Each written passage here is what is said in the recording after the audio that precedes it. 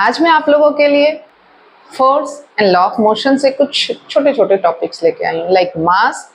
अब क्योंकि मास और वेट में बहुत कंफ्यूजन होता है बच्चों को, मास को समझ लेते हैं और इसके साथ ही लीनियर मोमेंटम को, बिकॉज लीनियर मोमेंटम को समझने से पहले ना मास को समझना बहुत जरूरी। मास होता क्या है बेसिकली, जो फिजिक्स के टर्म में हम बात करें ना, तो जो मैटर हमारे कोई भी body, not only me and you, है ना, एनी काइंड ऑफ ऑब्जेक्ट जो भी कंटेंट करता है ना मैटर, उसे ही मास कहते हैं। अब ये कैसे? इंटरनली, आंतरिक रूप से, है ना, इंटरनली जो हम कंटेंट करते हैं, जो मैटर कंटेंट रहता है हमारे अंदर, जो स्टफ भरा है ना, ऐसे ही समझ लो, जो स्टफ भरा है उसको हम मास कहते हैं, है ना, उसे हम मास कहते हैं। तो ये मास और वेट, वेट क्या होता है? ग्रेविटी के अकॉर्डिंग जो है चेंज होता है, पता है ना।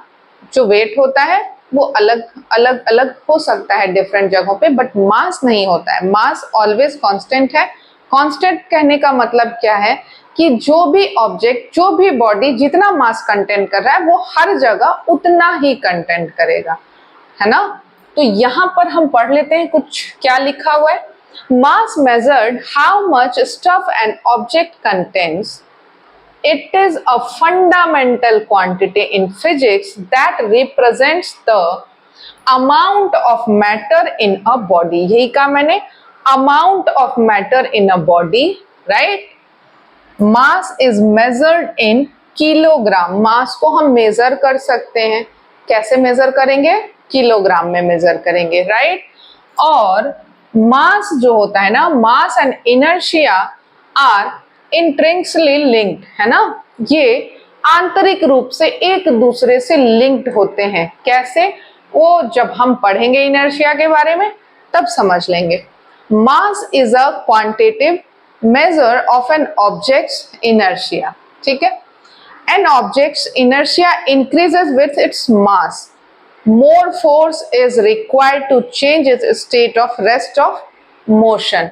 किसी भी ऑब्जेक्ट के मोशन को चेंज करने में, उसके पोजीशन को, कि वो कोई भी ऑब्जेक्ट है ना, वो रेस्ट पे है या मोशन में, उसको चेंज करने की एक कैपेसिटी होती है इनर्शिया। जब इनर्शिया को डिटेल में बताऊंगी तो हम उसे भी क्लियर कर लेंगे, राइट?